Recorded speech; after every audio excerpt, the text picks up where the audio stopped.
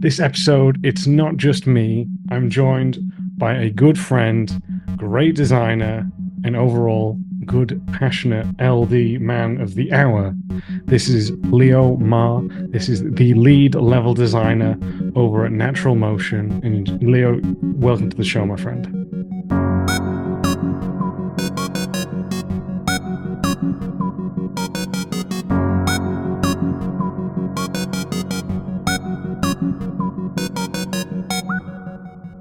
Hello, it's curious.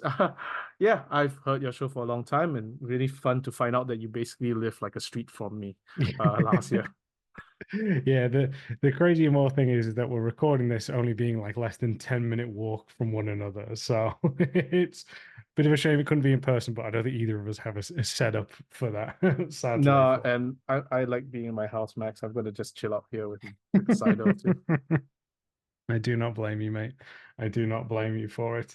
Well, thank you very much again for coming on, mate. I'm glad to have you on this and to welcome you for it because you've got a lot of experience that I think a lot of people, especially whether people are starting in the industry or looking to progress in their career, a lot of advice that you can provide for them. So we will get the kind of intro into your career with first before we get to the meat of the episode. So tell us a bit about your career and how you got involved in video games, mate. But first, let's have a quick word from today's sponsor.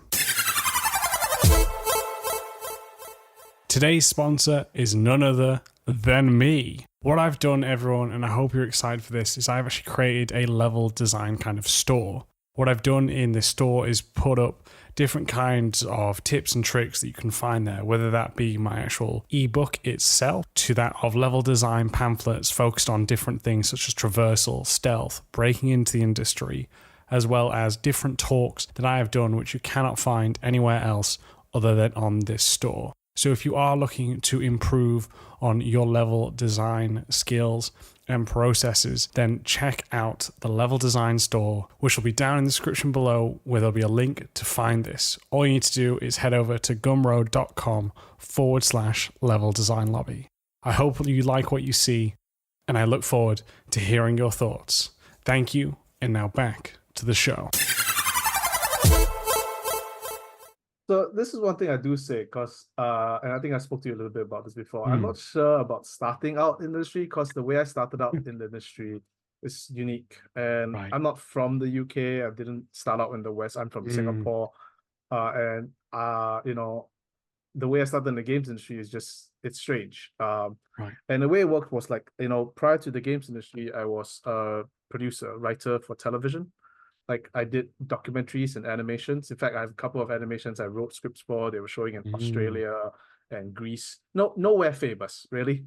Um, but it was one of those times where I was working for a news broadcast in my Yeah. country, Singapore, and I was doing the news. And every so often, I'll do a documentary series. And what happened was that Ubisoft, this was way back in 2010, 2009, thereabouts. Right. And I'm doing freelance writing, and I was writing a little bit for some Facebook games. I was writing a little bit, they contract me out, and I'll write like those little texts for mobile games or Yeah. Facebook games because I like gaming. And in my spare time, I was toying around with things like Hammer and Ah, Source, right? But what happened was I was assigned to do a story on the emerging tech markets in Singapore. right. And one of the stories was, hey, Ubisoft and LucasArts are setting up studios in Singapore. My government at the time was giving them fairly hefty tech subsidy to do so, right? Yeah. And they wanted me to do a story on, hey, what's the game industry? What's the game industry about in Singapore? And so in doing so, I got in touch with the managing director and I guess he was called the recruitment director at the time of Right. Ubisoft, and Lucas, and one of the other studios I think was Bandai Namco I was talking to, but I really got along with the people at Ubisoft, Mm, quite easily so. And they said they were building out a team, right? They had already a team. They already done a couple of games. I think Teenage Mutant Ninja Turtles was one of them, right. and they were in the process of finishing up one of the ACs, I think Revelations. Yeah. And they were looking, say, hey, we're building up team, we're looking to hire more people to build up a whole level design team. And I seem to have a really good idea of storytelling. I still love it. right? I still Mm. love the idea of storytelling structure. I like writing scripts. I used to at least a lot more. Yeah.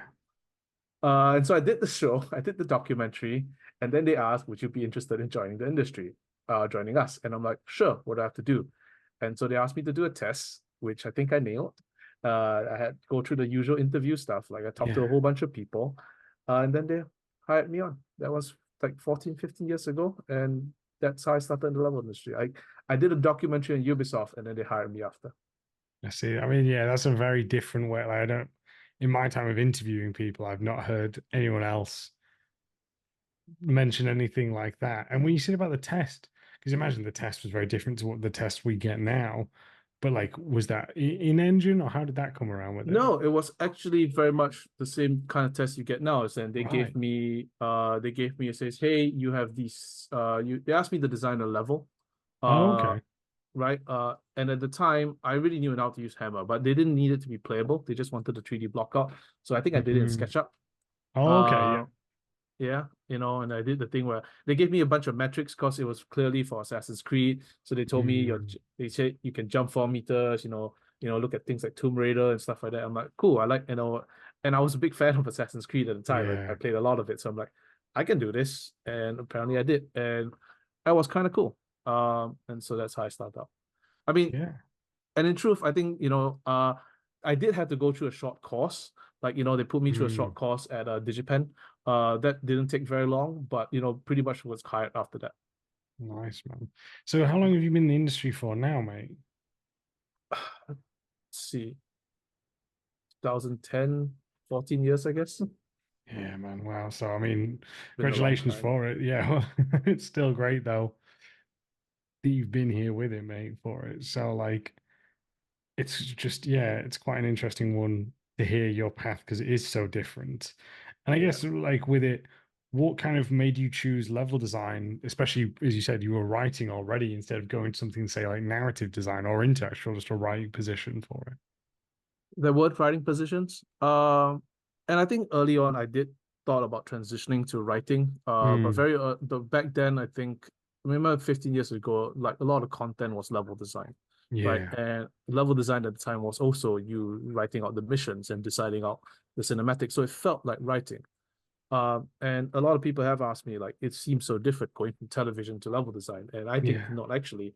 Level design is pretty much directing an episode of a TV. You're just using Mm, slightly different tools. You're still deciding the locations, except now you're making them. yeah. You're still deciding what cinematics, where your story beats are, except, rather than fully writing it out, you write a beat sheet and then the writer fleshes it out. So it's felt similar to me. But to be honest, the minute I started blocking stuff out, I realized Mm. how much I didn't enjoy writing stuff as much. I was to say, it's great that you found extra passion in it then for it there, mate. That's always good to Yeah. have with it. But yeah, man, no, that's great. And how long have you been in a leadership position now then for, bud? I would say about 5 years. Mm, I was lead at my previous place. I'm lead current at my current place. yeah. That's about 5 years. Yeah, man. And I guess one of the things that we wanted to talk about, and part of the reason this episode came about for it, was kind of talking about leadership. A lot of the times I feel, and I think it used to be the way it was run, but people felt that in order to be a lead, you had to be the best LD on your team. But as you and I know, it's not always the best LD that No, makes the best lead. So I just wanted to hear your yeah. opinion on it, mate. No, I mean, I think it's often I think that the industry is still pretty young in terms of Hmm. understanding like how disciplines and how leadership and how progression works. Yeah. And I came from Ubisoft. It was a pretty structured place for the most Hmm. part. And then coming out of Ubisoft, finding that structure isn't universal, I think was an interesting challenge, an interesting Yeah. like eye opener, especially when you talk to people, as you as I have talked to people, both who want to be lead or want to be senior or want to progress in a career. And I think, there's a point where you get to be two parts, right? Lead Yep. is about management. It's about solving specific kind of process and production problems. Yeah. We have a mutual friend who's asking us the difference, and we tell him like, if you're a lead, you spend more time in meetings and in documentation. if you're a principal, then you actually are good at what you're supposed to be doing. You spend more time in block out or scripting, Mm, right? Because that's where your value is. I don't think leads need to be really good at the block out or the scripting or all these other skills, but yeah. they have to be pretty good at understanding how it fits together. Mm, yeah, I agree. And for those who may not know the actual like growth pipeline, I'll just quickly lay it down so everyone knows that, and then we can get to continue in this bit. So when you generally start in your career, you will be that of either an intern or a junior. I've also heard it be called associate level designer as well. From that point, you'll be promoted to intermediate. Now, this is where your first choice can come from because you can either specialize in, say, the more traditional level design, or you can go in tech level design. Now, that was definitely more a Ubisoft path that both me and Leo saw as well. From that point, you will then advance to senior. And then, as Leo mentioned there, you will then either go into principal or to leadership from there for it. So that's generally how the pipeline goes in terms of growth for that. There is other um, roles in between that as well, depending at the studio. Myself and Leo have seen other ones, I think, like advanced designer, which is like a step before senior or something. Experience designer, which I'm not certain where that fits, but I've Yeah. seen it. Yes. So Um, it definitely each studio has their own bits and bobs, shall we say, along that line for it, right? yeah, and I spent time as an associate lead, which is basically like a senior Yes. who's not a lead, but does some of the work. I Yes, I've might seen that as well. Yeah. Yeah. It's questionable if it's that or if it's to not pay someone as much as well as what I've sadly seen some points. But it is also a learning period to see if someone is also good enough for the role for lead. It can be used in different ways with it. But yeah, and going back to the main thing, sorry, I just want to help people understand the path because I know some people don't fully know the chain of command. And I guess with that there, how has the transition been from yourself from making levels to now being that of in a leadership role? uh I enjoyed it. Mm, Surprisingly I enjoyed it. You know, maybe I got lucky. I think you've met some of them. But the team I was leading in my previous place was pretty good. yeah. And it felt more like we were building this sort of like nice squad. So it felt easy to be a lead with them Mm, to some degree. I think there were some challenges along the way, but I enjoyed that part. I realized one thing I did was, in being a lead, I enjoy being more collaborative and holistic, like with a lot mm, of other disciplines. Like with I spend a lot of time talking to art, to yes. game design, to programming, and you learn a lot more about how everything comes together and all the different concerns. And then you take that and you try and build a team out of that. You try and build the concerns out of that. And I've really enjoyed that part of the work. So a lot less hands-on work, but a lot more understanding why the hands-on, which part of the hands-on I should be concerned about. Yeah. And I would say I think that's a great point you mentioned because you're speaking to so many different disciplines. Yeah, and I'm sure you've heard it as well. Some people feel that there is always the butt of heads between that of environment art and level design, which is a shame because it never should be that. It's we complement one another. And I guess how have you found balancing working with other teams as well for that? This is an interesting one, Max. I don't know, it feels like a different topic for you and I to talk about, but Yeah. when I started out in AC, like the Mhm. environmental artists I was working with, we were hand in hand holding together. We were desk mates for 3 years. We went on each project together. Like she and I basically she taught me so much about modeling. Mm, And she was pretty good like narrative developer herself, but we shared a lot. Like, it was very much a very collaborative working relationship. When I came over here, I found that that wasn't always the case, that there are many places I hear where the level designers are siloed off in one corner and then the yeah. environmental art just comes in on top of that. And honestly, that was a very strange, both a strange conversation to have with some people and strange, like I don't think it's good. Right. But Yeah. I hear it that it happens here so often, even in my current place where previously the environmental art team and the level design team like didn't get along.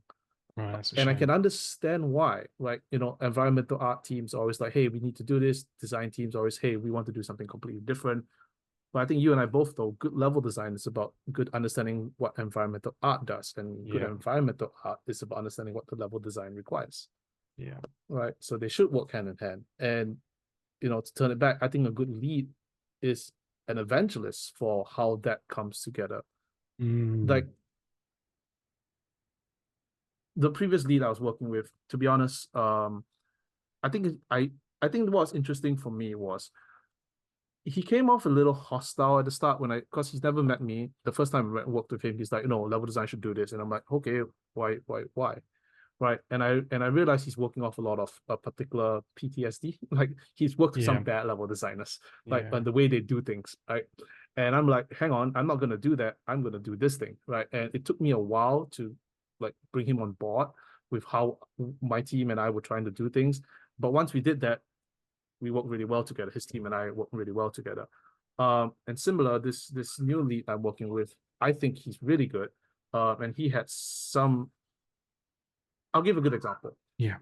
Very early on in blockouts, I don't know how you feel about it, but I also think good level designers should understand metrics. They should understand clarity of the space, right? And they should understand certain things before it goes to art. So the good example we talk about is the rationalization of walls. Like, wall thickness is a thing, right? Yeah. A lot of level designers don't actually think about it, but it's a thing because when the environmental art come in, they're like, hey, I need my wall to be thicker, otherwise it doesn't make sense. So you start thinking about building these things in. You build these things, should the wall be half a meter, and you do things like, should the propping be there? What are you doing with that prop? I was working with a level designer, and he put in like, I'm just going to scatter props around, make them like 15.8 degrees. I'm like, why do that, right? So when the art comes in, they go, hey, art, don't change anything, just paint over. Yeah. And art obviously doesn't want to do that. That's not their job, and they shouldn't. Right, level design should be setting the tone and the space. Hey, here's what you can do to make it look cool. Here's the part I really need to care about, right, and have that communication. But what I found was that some places don't do that. The level designers are like, don't touch my stuff. Just paint outside the walls, paint outside the collision. And as lead, I had to go, hang on. Some stuff we do care about, sometimes we don't. But we also need to talk to art about the things that we do need to care about because it comes together. Like we need to talk about lighting. We need to talk about the color choices, right? And they need to understand why. If not, we're just telling them stuff, and no one likes to be just told stuff like that. No, that's something that I very much agree with. Right, like there's an age old adage of like everyone wants to learn, but no one wants to be taught. And in a creative space where we are, I think it's as you mentioned there, like going to someone, hey, don't change anything, is never going to win you over friends or help you make something great. I think it's important to have one, as we talked about, like have LDs do research and especially architectural research, because when they have that to show versus giving someone cubes, that helps make it clearer what's wanted. And two, it then encourages conversation much early on because art will bring their references as well, and together you can find something even better for it. So I'm completely aligned with you for that, man. It's a shame. Yeah, and I mean, some of the level designs I do is like, because I would say this, I'm not the greatest, like, I can visualize it, but I don't take the time to go and model everything out because I just want to get the player space correct. So I'll build a big room, put a decent throne in there that I put an asset store and says, okay, this is a grand throne room. But I'm not gonna model every like corner and nook and things like that. And an artist comes in like, okay, I'll make this look cool, and she'll do a block out pass, or they'll do a block out pass, and like, okay, this looks really cool. But they'll add a thing that I go like, hey, I didn't think about that. I can actually use that space. Now I've got a space to hide a secret or put a different route in. I'm like, can we do that? And then we build that out, right?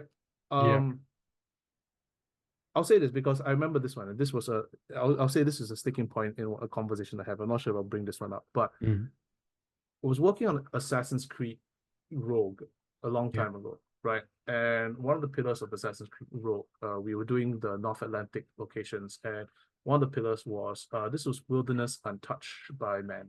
This is a place that no one has ever gone to. And in designing that space, right, it's hard to design like organic wilderness and blockouts. You can kind of do it, but it sucks, right? It won't ever look good at a blockout level.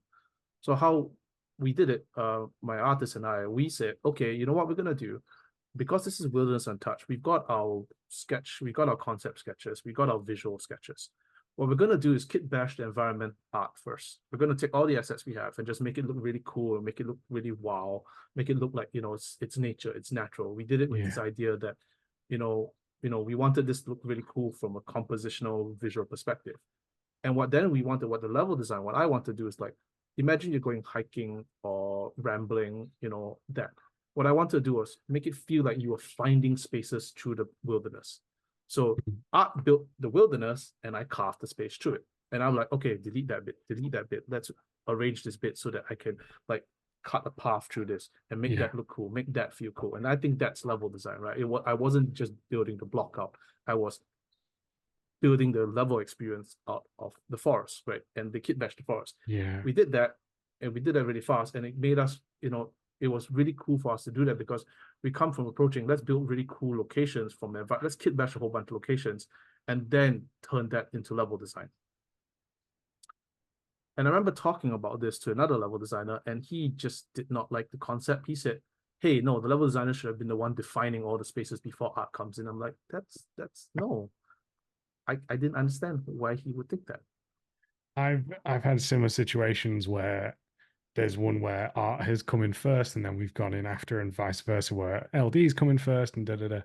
I really do think it does differ on each situation, and also again, when you trust your teammate for it and have good communication to allow them to know, hey, this is what I'm after as well. So keep this in mind when you're putting things there.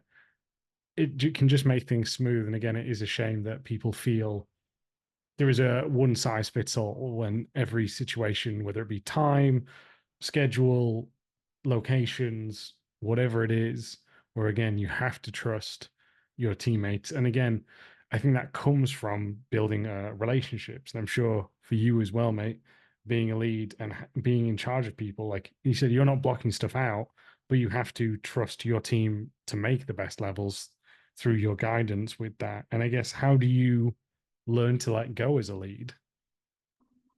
Honestly, I think this is the one thing I feel like I learned a lot over the last, and one thing I'll say is that like coming out from Singapore and Asia and Yeah. working here in the UK is like also understanding the different attitudes that the more junior developers have. Like in Asia, if you tell people to do things, they just nod their heads and quietly tell you whatever, right? They Yeah. won't they won't they won't argue with you every Yes. little thing. Whereas in the West, occasionally, more often than not, you will have someone who will argue with you about a thing that they didn't understand, and you have to spend time explaining to them why. Yeah. Um, that's a bit of a challenge. I had to learn that.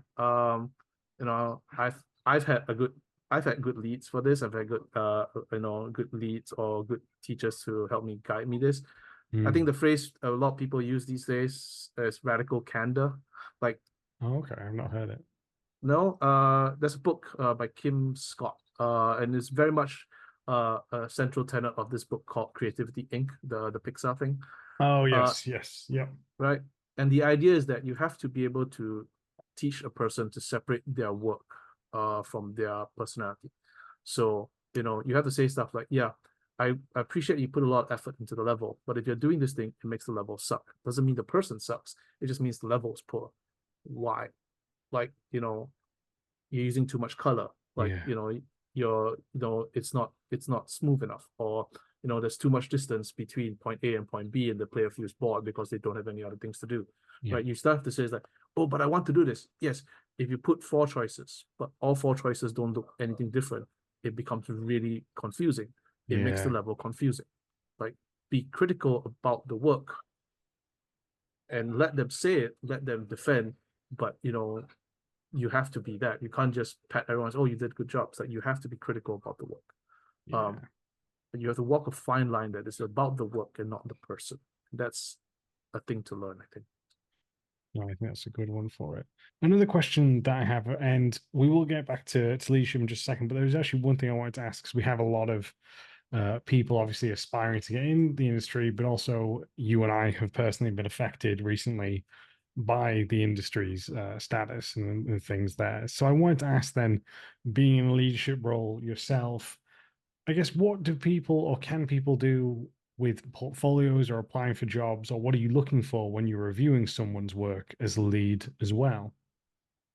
Oh, that's I. it's difficult to say. I'm not actually looking at anybody right now, and I think Yeah. it's been a while since I've been hired. And like you say, I I'm curious. I think we spoke about it like more Mm. casually, but our experience like looking for a job. I Yeah. feel like at a leadership level, it's strangely sometimes a bit harder, largely because Mm. at a leadership level, people are looking for you to see if there's a personality fit, and less if you can do the work. And even if that's the case, it's so difficult. But if the question is if I'm looking for people Yeah. to do the work, um I mean the standards apply, right? Good portfolio, clear portfolio. In a portfolio, what I always appreciate is people showing me how they think. Right. So I'm not as interested in a polished final product. Mm. I like seeing like, hey, this is your sketch. From the sketch, this is the output and the steps along the way. Like, Yeah. why did you make that choice? Why was this? What were you considering here? Because I think design is a process, right? Yes. From coming up with the initial idea to, hey, does it actually work or where did it fail? And I'm curious about the person's ability to take that sort of like failure or to take that sort of like um criticism when it comes and Mm. then change it, right? I'm not interested in the good idea at the end. I'm interested in how they got to that point, Yeah. right? And so when the interview comes, I will ask questions about why did you make that choice? Like Or how are you reaching interesting. to that point? Um, right.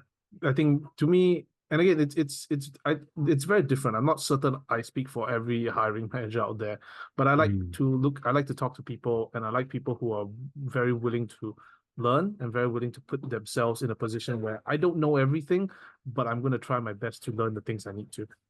Yeah. No, I think that's some great advice for it there, Leo, mate, for it. Yeah, no, I was just curious on what you thought, because again, I think one of the things that when we were going through it for looking for jobs as well is that you spend so much time getting this portfolio up or brushing up your CV, whatever it is. And then obviously there's a lot more extensive. Sometimes you get through to the next stage, sometimes you don't. And you never get the feedback 9 times out of 10 on, hey, was this right? Or was my, does my CV not read well? Does my portfolio not show the best side of me? And it's sometimes one of the hardest things you have to sometimes figure out by yourself as well. Yeah, I think that's the case. I mean, I was actually really grateful that, we met just around the time when both of us were going through that sort of process, Yeah. and we sort of built ourselves our own little like support group, Yeah. like right here in town, like talking to each other, reviewing each other's portfolios. Mm. Like it's just, drinking with us and staring off into the middle distance sometimes when shit just got too real. Right. So that was yeah, we didn't know the answers, but sometimes it just felt nice to have a level designer next to you going like, yeah, this is all shit, mate. And I'm glad that Yeah. someone else is next to me while it's all shit. Yeah, no, it was definitely one of the strangest times so far. I mean, still going on, right? Sadly, I was Yeah, hoping after April things would have cooled down a bit, but sadly not. So yeah, no, it's a shame for it. But I appreciate the thoughts on it as well, man. And again, yeah, it was great to have yourself and others support through it. And they said, look at these portfolios, because sadly sometimes people don't, right? They don't have the someone else to take a look and be like, hey, yeah, this is good, this is bad, tweak this, or this doesn't show your best side, blah, blah, blah. All this great feedback. But like, yeah, it's yeah. yeah, difficult at times for sure right now, for sure. So yeah.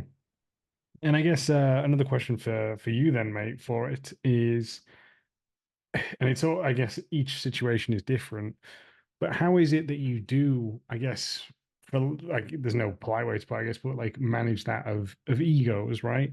Because in my opinion, in this industry, we'll have egos to varying degrees because we're all creatives, and I don't think ego is necessarily a bad word. But again, as a team, you've got a unified vision, and you've also got individuals who are also trying to progress in their own career as well as make great levels. So how do you, I guess, steer the ship in that sense? It's a good question. And I'm not always certain I did it right. And I'm pretty Mm. certain that I know my method and I'm gonna get it in a way. And it's actually became an interesting conversation between myself and my director a couple Mm. of weeks ago. I'm upfront about this. I like to ask a lot of questions. I like to Yeah. get really specific into the details, right? Like, like you choosing to do a level, I'll ask, hey, why did you put that there? Why is this doorway there? Yeah. Or what's the concept? What's the actual play experience? And I like to dig into it. Having been a writer at some point, like I think choosing your words to describe it is really helpful in like articulating the idea and communicating it, which I think is the Mm, first step of being a designer. So I like to ask a lot of questions. Why do you choose to do this? Why do you choose to not do this? And what I find is that the people have a lot of ego, but don't have a clear idea of what they do. They always get defensive and they struggle. And asking too many questions kind of like punctures the ego.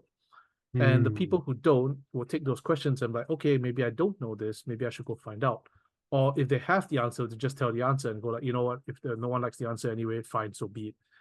And I think the weird trick is that I'm not actually trying to prove you wrong. I'm just trying to check if you know what you're doing. Like if you can mm, convince me, I'm fine, right? And I'm not here to like, say the work it's terrible. I think I'm just trying to make sure as a lead, like you know what you're doing so that I can go away and not worry about it. yeah. Um, and this was exactly what, I know you said we were just talking about like feedback about interviews and stuff, but my current director told me that's exactly why he brought me on, because I like to ask a lot of questions. Like he said Mm, that he wanted someone in that position to he was trying to build a culture of critical but kind. Like things need right. to be Yeah. addressed, things need to be asked, or if they don't, it rolls downhill and becomes a much bigger problem later on. um and so ask questions, right? And so I think personally that if you ask questions, the egos at some point they should be able to deal with it, right? Because that's what we're trying to do. We're trying to make sure that the work is good, and so we ask questions a lot about it. No, I think that's an interesting one for it, mate. And I guess for how do you manage your time between, as you mentioned at the start, right? Like lead, you end up being in a lot of meetings.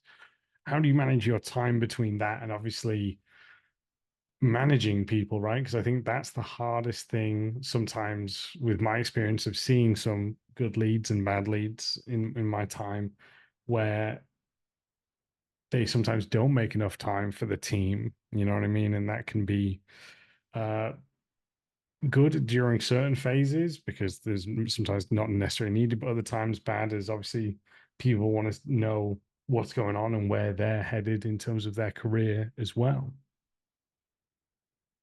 I'll say this, speaking from personal experience, Mm, as a lead, nothing is more important to me than one-on-one time. However, that cadence is. If I yeah. promise my team I'm going to spend once a month one-on-one time and hour with you, I will spend that time. Nothing else overrides it. No critical Jiras, no bugs, no, unless no, even personal. Like if I have to move it to a different day, we will always have that one-on-one time. Mm, I think, my worst time in industry was when I had a lead who spoke to me twice in a year. And the first time was to tell me to do a bunch of things, and 6 months later was to put me on a PIP program because other people complained to him about me. And I'm like, you've only right. spoken to me twice. That's not good Yeah. leadership. How do I balance that time? So I schedule a lot of things. You know, right now I only have to manage one, almost two people, so it's a lot easier. But it's like I put the time in the schedule, and there are days where I just put complete blockouts, and like you can talk to me on Slack or Teams or whatever. Mm, But for those 3 hours, I'm putting my headphones on Spotify and I'm doing the work. yeah. And I'll only respond if I really feel the need to. But after that time, then you have me. Yeah. But I try to set the boundaries of like, here's management time, here's work time. Um, Mm, you know, during the day, and hope people understand that. It's like nothing should be ever so critical that I need to respond in 10 minutes. If it's really yeah. critical, then you can wait a bit. But let me know. But I don't, it's rare I feel like nothing has ever been that critical. Um, and if it is that critical, it's more of a sign of a production problem than a Yeah. leadership problem. But yeah, I tend to block out times and set boundaries and says, hey, this is the time to talk to me.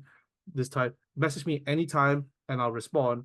But there's times that I'm just doing work, and that's the time I'm doing work. Yeah. And another question I want to bring up from that is obviously COVID has happened. You were leading before COVID. You're now leading after COVID. How has like remote/hybrid work changed/affected your role in leadership? It's an interesting question. I probably annoy a lot of people here to say that I like office. I like going to the office. Mm, I like being in the office. And one thing I did notice, especially post-COVID, when yeah, we were both half hiring and interviewing, is that juniors like coming to the office right. and some seniors and principals don't. And as a lead, I think having juniors be in the office is actually better in some degrees, Agreed. largely because, and I say this with some specific experience, and this was weird. But we were in the office once, we were working with a team member, and he left his PC on. We were working remote, so we could see him work. Normally we can't because he never liked to come to the office. And we were watching him just randomly. We saw how he was blocking out. And we saw him do a lot of like these little things where like, hey, you're not doing this right. Hey, you're taking this. And we wanted to just, hey, call him and say, hey, did you know that if you do this, if you like went to a top view, you could do a measurement instead of like doing what you're doing? Hey, did you know you could do a duplicate or use these things?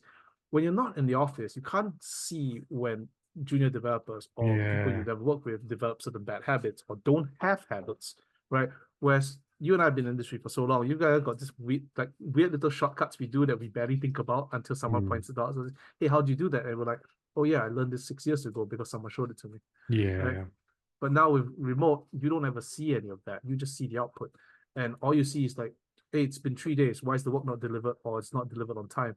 And you Yeah. don't know if they're doing it well and you can't guide them to do it better. And it's really hard because you don't know what they do or how they do it. Yeah.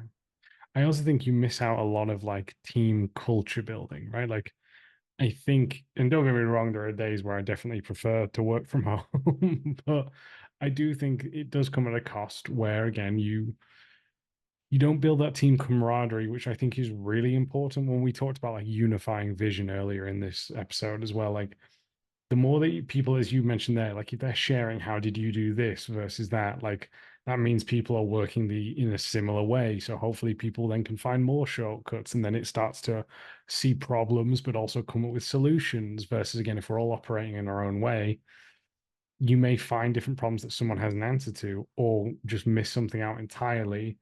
And also just understanding, are we having the same issues when we're blocking out or scripting, or have you found something that I'm not aware of? And also, just as you said, especially with juniors, you need a good mentorship. And I think it's really important to have that. And you and I both started it in Ubisoft. And I think it's just, there are, like any place, there's good and bad things, but Ubisoft really nails down their structure and having the resources to teach juniors. And I think that is one of the best things that I've seen versus other places that I've worked as well. So it's a shame that it can almost be compromised because of hybrid and remote work.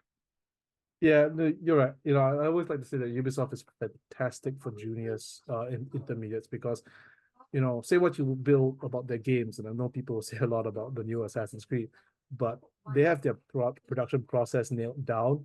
You go in, and the first year you're just perfect. You're just executing the skill and just letting the process run, and you just learn to do the work really quickly. Yeah. you know Later on it becomes a little bit more chaotic, but very early on, like you said, like I learned a lot when I was a junior there because I had a good senior next to me, right? And I had a good Yep. I had one of my favorite leads was a lead technical designer, and he would every so often wandered to my desk and go, hey, let me see your scripting, what have you fucked up today? And I'm like, relax. Right. But I credit him with putting that mentality of me, like, how do I check this all the time? How do I Yeah. adopt that mentality? Right? Because now he's never gonna come around my desk ever again. But and I do miss him. But he taught me a lot in terms of like how to be meticulous.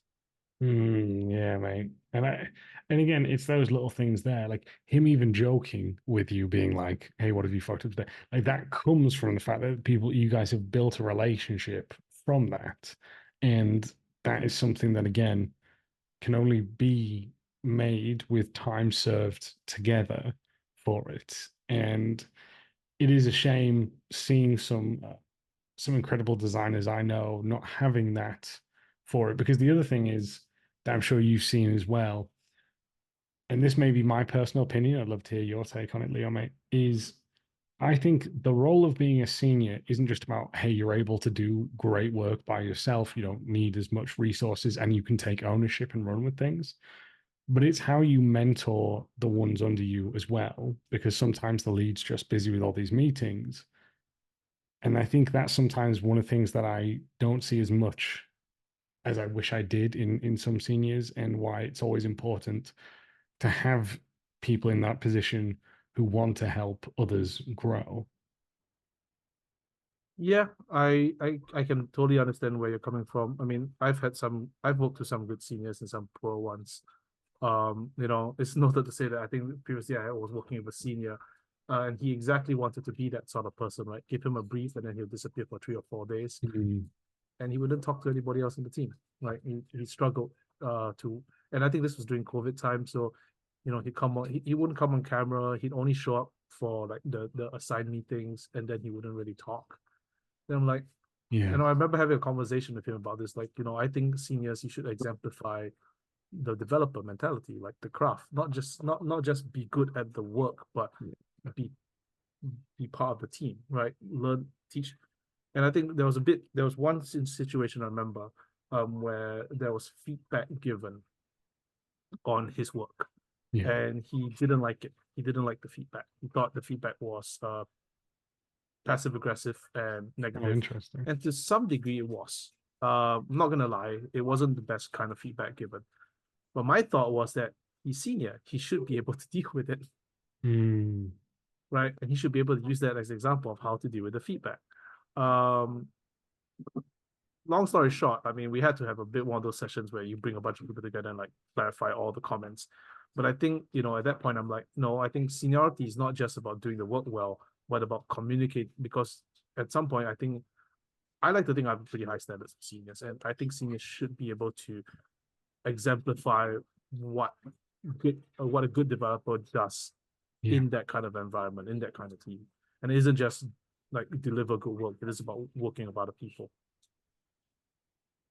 yeah. No, I agree with it, mate. And I think it's one of those things again where we talked about at the start, right? Where people believe sometimes it's the best LD should be in these positions. Well, and I don't think people realize when we talked about that chart earlier about like how much is not just about the craft in making level design, but actually the things around it, and how much of development isn't sadly as much as we wish it was us making our great levels and just being, scripting and blocking out. There's so much more to it, which is why I think senior and above really asks a lot of people as well.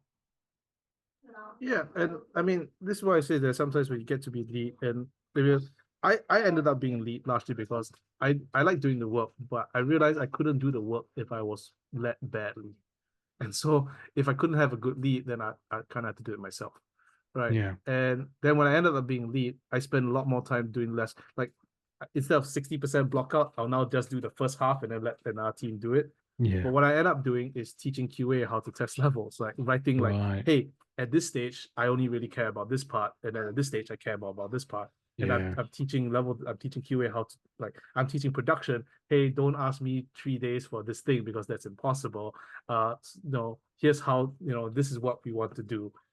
I'm half teaching some directors. Here's how you review a white box. I don't care about the color. Go talk to that director. yeah, Uh, you know, that sort of yeah, thing. So you spend a lot more time talking to people, which meant you have to have a clear idea on what that process is supposed to be, yeah, right? And not just do the good work. You have to communicate what good looks like. yeah. I think that's a really good point there for it. And yeah, to also make sure you have those standards written for the others, I think is really, yeah, really important with that. And I wonder if there's anything else you want to mention or discuss on this topic for it, bud. I don't know. I mean, we've been done pretty organically so far, and I do think that Mm, you know, there was a phrase someone said to me, and I adopted quite easily. You know, as level designers, you start when you're starting out, your junior, your intermediates, your seniors, you're basically just doing design, and yeah, you can always talk about what design is. I think design is basically just creating an experience and then solving experience problems, right? Uh, but as a lead, you're doing less of that, and you're spending more Mm. time solving process problems so that other people can actually do the work. Yeah.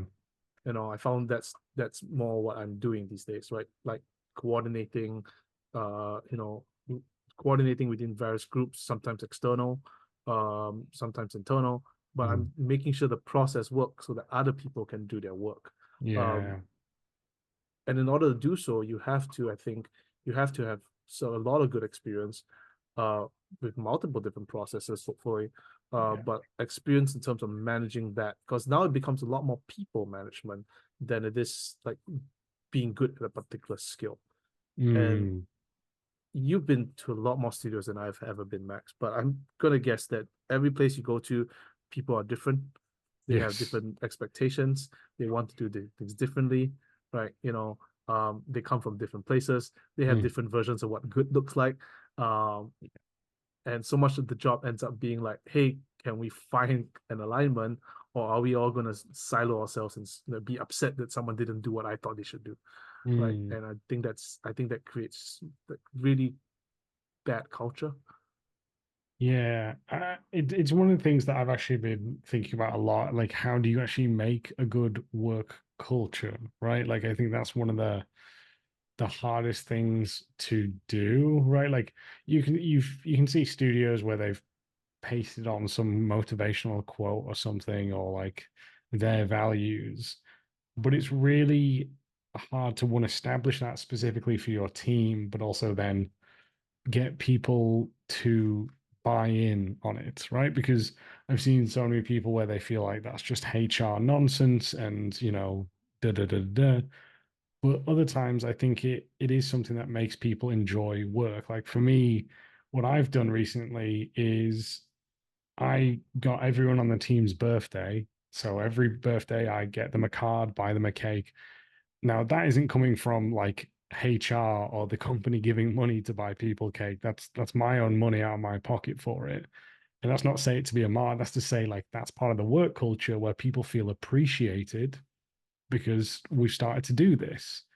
And I think it's again that makes people happier to be there, that we spend so much time with these people, whether it's remotely now or in person, and I think it's one of the hardest things to find the balance for it and getting people to buy in for it all. You know what I mean, mate? Yeah, and I do think that is actually one of the key bits about being a good lead is like learning how to establish a good culture for the people you have.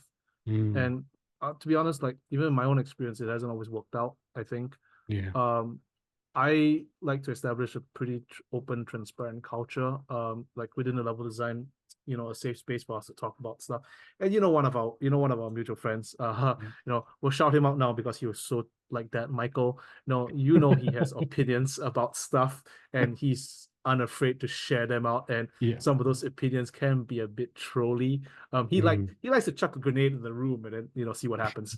Um, and still a good guy, right? Like Yeah. one of the best fun guys to hang around with. But you want to create a space for him to be able to be, because I think he's a really good level designer, Yes. and about managing that kind of thing.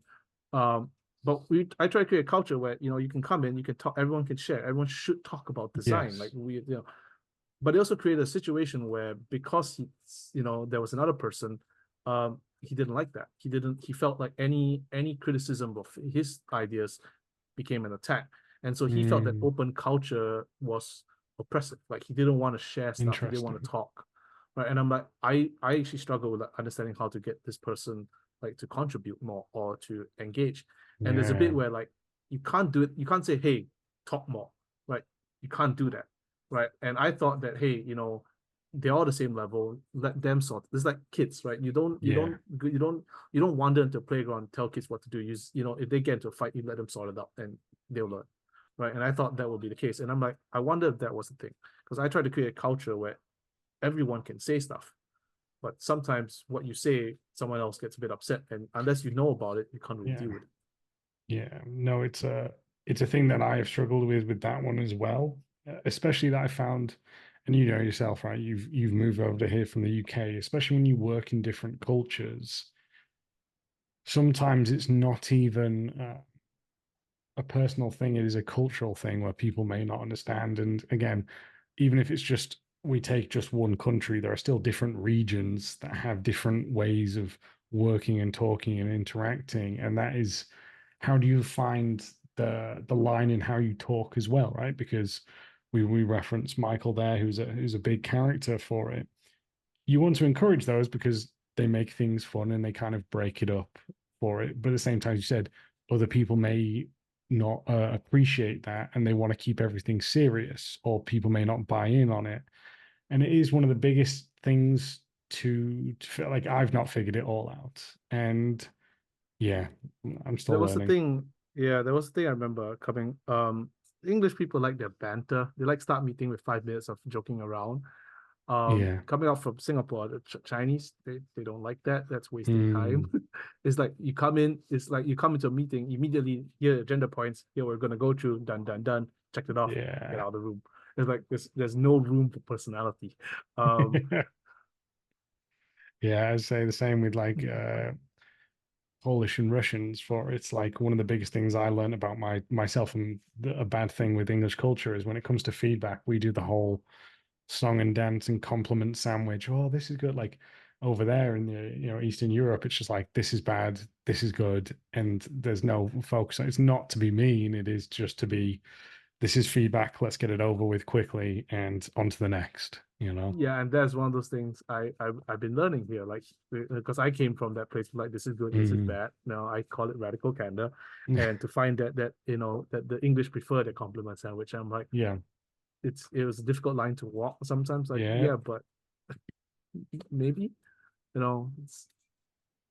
was actually asked about that once, like how do you, Mm. and it was excuse, and I come from a place where I actually appreciated, the person who taught me was English, and he was like, no, this sucks, and I'm like, Yeah. good, tell me why. Yeah. No, it's something that I definitely appreciate. And it's one of the things that it took me a while to get back to in giving feedback for it. Because when I first came back to England, I was like, really had that Eastern European bluntness to it. And then I was like, oh shit, like I can't do that because people thought I was just being like very crude and rude. And it was like, no, no, like, and again, it's understanding the person. I think that is one thing that I think makes a good lead, but is a hard thing to do, right? Like every person is an individual. Like you've got kids, for example, right? Like your two sons are not the same person. So you have to deal with them very differently versus say that of uh your team as well, and trying to figure that out and have time to individually figure that out while you're putting a project together is really the challenge in itself. Yeah, that's why so much of lead time is actually just like talking to people, and someone told me being a lead is basically like playing Dota, one man. Um, I think that's a good you know, phrase. you have they all have different skills, they all have different like Mm, desires, they all have different objectives. All of them want to be like the hero of the story, but not everyone needs to be or should be. And what yeah, you're really trying to do is basically like, no, you go left, you go right, you go down the middle. Everyone tries to get the whole. We're trying to win the game, ship the project. yeah, It's not one person that does it. It's again, it's like sports, like it's a team effort. And yeah, being a lead means you've got to figure out how to make the team function without other things getting in the way. yeah, man. No, it's a real challenge for it. I've realized though, Leo, mate, we have been going for just shy of an hour. So I don't know if there's any last bit you want to add on before we wrap it on up, mate. No, I mean there's a lot to talk about, I guess, but this Yeah, is a good start. for sure. And yeah, because we are like a block away from each other. But whenever, I like talking about design in Yeah. general, you know. But then we can always catch up a beer. We don't have to But record everything. well, no, for sure. But we can get a second episode in without a question for it, mate.